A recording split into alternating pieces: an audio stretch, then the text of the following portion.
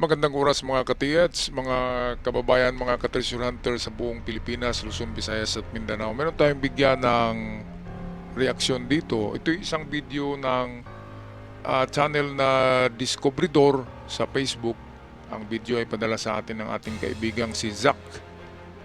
At ito yung perfect symmetrical salakot mountain, salakot shape or mound shape mountain.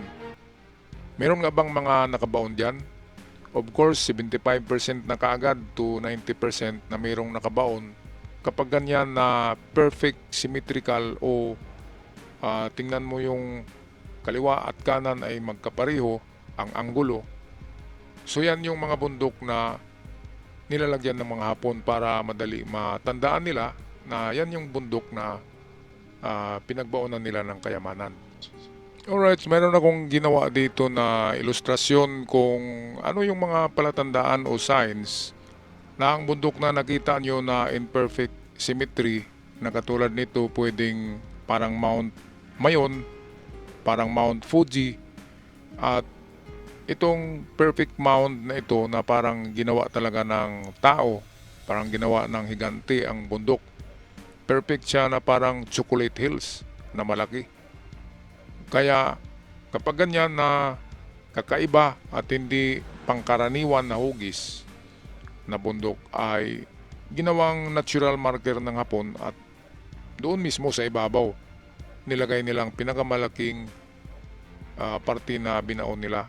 At sa foothill niyan sa baba ay meron din silang inilagay para mas madaling makuha. Nilagyan nila ang foothill ng bundok at ang pinakamahirap kunin ay yung nasa itaas. Alright, so atin panuorin ng aking ilustrasyon. Alright, paano nga ba natin malaman na ang mga bundok na ganitong hugis ay merong posibleng nakalagay na o nakabaon na kayamanan sa tuktok man o sa foothill nito. So ito yung unahin natin. Ito yung inakyat namin nung nakaraang linggo, which is hindi pa namin naabot ang tuktok nito.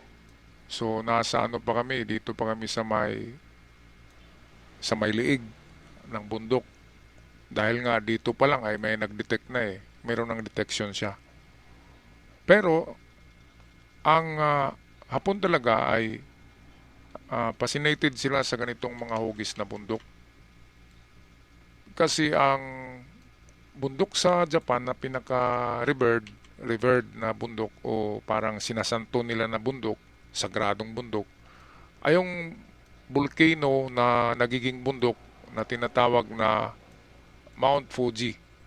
Ayan. So kapag makakita sila ng Mount Fuji sa Pilipinas na parang kawangis o kaitsura ng Mount Fuji na bundok, yun agad ang maiisip nila na diyan nila ibaon ang kayamanan dahil nga madali siyang matandaan kahit tatanda sila, kahit magka-Alzheimer sila, ay matandaan pa rin nila na Mount Fuji ang hugis ng bundok na pinagbaonan nila. So ito, Mount Fuji, kaya nga diyan inakyat daw ng ng mga nagbaon na Hapon yung kayamanan na reburied treasure na yun. Hindi na yun ginto yun ng World War II pero nakuha din ibinaon muli. At saan ba ibinaon? Dito pa rin sa tuktok ibinaon muli ng mga Hapon. Yun yung kwento ng bundok na ito. Ngayon, dito tayo sa padala sa akin ng ating katiyats na si Zack. Si Zack. Okay, so ito yung Salakot Mountain. Ito'y video courtesy ni Discobridor channel sa Facebook. So ito, nakita nyo nga, symmetrical siya kung hatiin natin ang gitna nito, ayan. So makita nyo ang kabila at kabilang bahagi ng bundok ay mirror, perfect mirror image. So ito yung mga mound, hugis, yan ang mga hugis na nilalagyan din ng Hapon. Tinatawag yan na mountain Karamihan yan ay maliliit lang, yung tinatawag na burol. Ah, kapag burol na ganito, yan ay artificial mountain. Ibig sabihin niyan, ginawa talaga yan ng Hapon. Nagukay sila ng napaka lalim at napakaraming lupa yung inangat nila, kaya naka-create sila ng mound. Pero itong bundok na ito, hindi yan mound. Talagang bundok yan. At nagkataon lang na hugis mound siya. Kaya naisipan din ng mga Hapon na maglagay dyan. Dahil siya nga ay perfect mound or sa atin ay tinatawag na salakot. Ang salakot ay dalawang klase yan. Merong salakot na paganito, ang hugis. At merong salakot na ganito. At merong salakot na ganito. Yan yung mga ginagamit sa bukid, di ba, mga katiyats? So ito ay pasok na pasok siya sa salakot. Salakot na salakot talaga, nakaganon, no? Kung lagyan nyo yan ng muka diyan, ay talagang si Juan. Salakot. Ayan, no? Meron siyang salakot. Kaya saan ba ilalagay ng Hapon ang treasure? Siyempre, kung dito nila yan ilalagay sa mga gilid-gilid at hindi sa tuktok, mahirapan sila sa pagbalik nila kung saan. Kapag nawala na yung kahoy na marker nila, nawala na rin yung bato, mahirapan sila dyan. Kaya ang pinakamarker ng bundok mismo ay ang tuktok nito. Itong portion dito. So siguro ang circumference ng i-search dyan ay 20 meters in circumference, pabilog 20 meters sa tuktok, ay siguradong nandyan ang item. At palaging nakaharap yan sa east. So halimbawa, ang east ay narito. So kung ito ang tuktok mismo ay dito yan sa bandang offset, nakaharap sa east. Para mas madaling matuntun talaga nila. Karamihan yan, nilagyan nila ang tuktok niya ng, kung walang bato ay sadya silang naglagay ng bato dito na banda. Malaking bato yan. Kung walang kahoy, dapat may kahoy yan eh. Kapag may makita kayo sa tuktok ng bundok na malaking kahoy na old tree, yun na yung sign na nilagyan o tinaniman ng Hapon ng kahoy ang tuktok. At meron silang ibinaon dyan. Ang ano ko dito, personal ko na knowledge about sa Mount Fuji, sa lugar ng lula ko, elementary pa ako noon, grade 6. Sinabi ng lula ko na, tinanong ko kasi sa lula ko kung bakit may kahoy sa tuktok ng bundok. Yung nagaganyan, no? May kahoy old tree. Sabi ng lula ko, dyan daw tinatali ng mga ng kalabaw. Then tinatali yung kanilang kalabaw para hindi manakaw, inakyat sa tuktok ng bundok. Kaya yung palaging nagdala ng kalabaw doon, sa tuktok ng bundok na yan, sa lugar ng lula ko yan, ay biglang yung kalabaw niya ay naapakan yung parang pantyon, yung simento na malapad, at na-slide ang kalabaw, natumba ang kalabaw, sabi ng may-ari. Bakit matumba tong kalabaw? Apat na paa. Yun pala, nakatagilid na yung parang nakaganito na. Yung concrete box na parang rectangular, na parang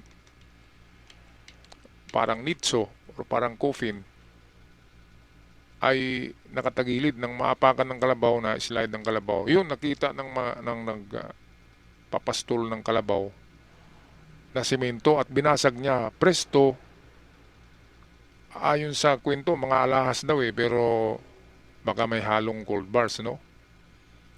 Siyempre, nalaman ng mga tao yun doon sa lungsod na yun. Maliit lang yun na lungsod. Kasi biglang nagpatayo ng bahay na konkrito, and then nakapagpagawa din siya ng malalaking lansa. Yung lansa na pampasahero na malaki. Sa panahon noon ay na yun. Mga 1985 kasi yun. So sa panahon noon, ang 1 million ay napakalaki ng halaga niyan. So bahay plus lansa, saan siya kumuha? Wala naman siyang trabaho. Nag-ano nga lang siya ng kalabaw eh. Kaya yun yung pruweba na nakakuha daw siya kasi kuninto niya sa mga anak niya, kaya lumabas ang kwento na sa tuktok ng bundok sa may kahoy na old tree ay doon mismo sa tabi ng kahoy na slide yung kalabaw dahil may concrete box. Concrete box yun mga katiyets. Kaya kung ganito, walang kahoy.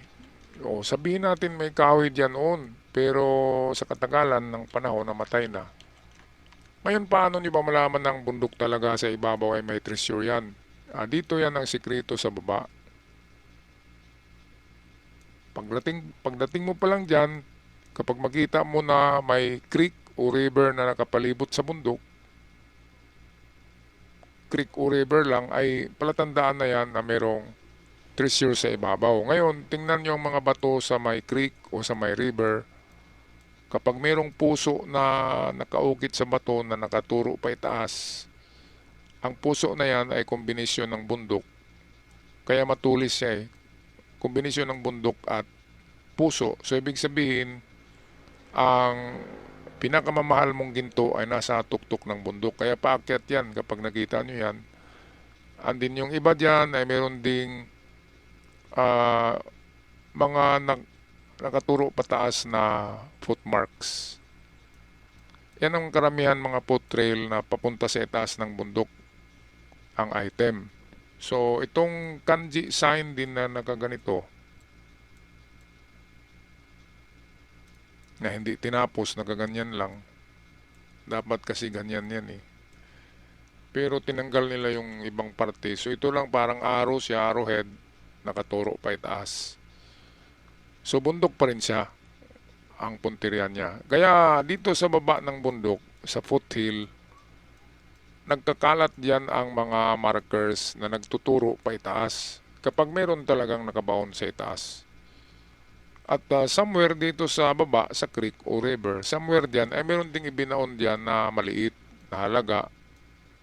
Yan yung mga giveaway. So merong giveaway sa baba para kung sakaling pagbalik ng hapon ay meron ng mga nakatira diyan sa ibabaw, ayun na lang ang kunin nila yung baba. Pero kapag wala pa ring tao sa ibabaw, ay yan yung panahon na akyatin nila at kunin naman doon yung pinakamababaw lang na pagkabaon, depende sa mapa. Kung merong sinabing 2 meters lang, yun ang uunahin nila o 1 meter lang. O kaya nakasuksok lang sa bato or under the tree. Katulad ng sa lugar ng lula ko na naapakan lang ng kalabaw yung yung concrete box eh. So, ibig sabihin, ibinaon lang siya ng mababaw dahil nga tuktok ng bundok, sino ba namang pupunta diyan, di ba? Ngayon marami nang pupunta diyan dahil sa marami nang nakakalam na may treasure sa tuktok ng bundok. Plus sinabi natin ngayon, lalong maraming pupunta diyan. Kaya good luck sa inyo mga katihets. So yan lang ang aking may bahagi sa inyo tungkol sa mga salakot shape mountain at Fuji shape mountain. Ayan. So yan yung mga palatandaan ng mga bundok nyo ay merong nakabaon sa tuktok na treasures. At isa pa, yung Twin Peak pala, yung ganito, yung bundok na siguradong meron kayong makuha, yung Twin Peak, yung dalawa na bundok na nagaganyan, tinatawag siya na susong dalaga. Suso ng dalaga, yan matutulis. So yan, lahat yan, kambal kasi yan. So kambal, ibig sabihin, sa bawat tuktok niyan, ay meron silang inakyat at ibinaon. Ang hapon ay doon talaga nila yan ibabaon sa alam nila na walang titira na lugar. Halimbawa, napaka-slope na mountain na hindi pwedeng dumaan ang mga sasakyan, di ba? Hindi makaakyat ang sasakyan. Ibig sabihin yan, walang titira na tao diyan. Kaya naglalagay sila sa mga ganitong matarik na mga bundok. Lalo na kapag Twin Peak, Mount Fuji, at itong Salakot Mountain na narito sa ating video. Maraming salamat sa Discobridor channel ng Facebook at kay Zack sa nagpadala sa atin ito. Ako'y magpaalam na, maraming salamat. Huwag kalimutan mag-subscribe sa mga bago pa lamang. Hanggang sa muli, paalam.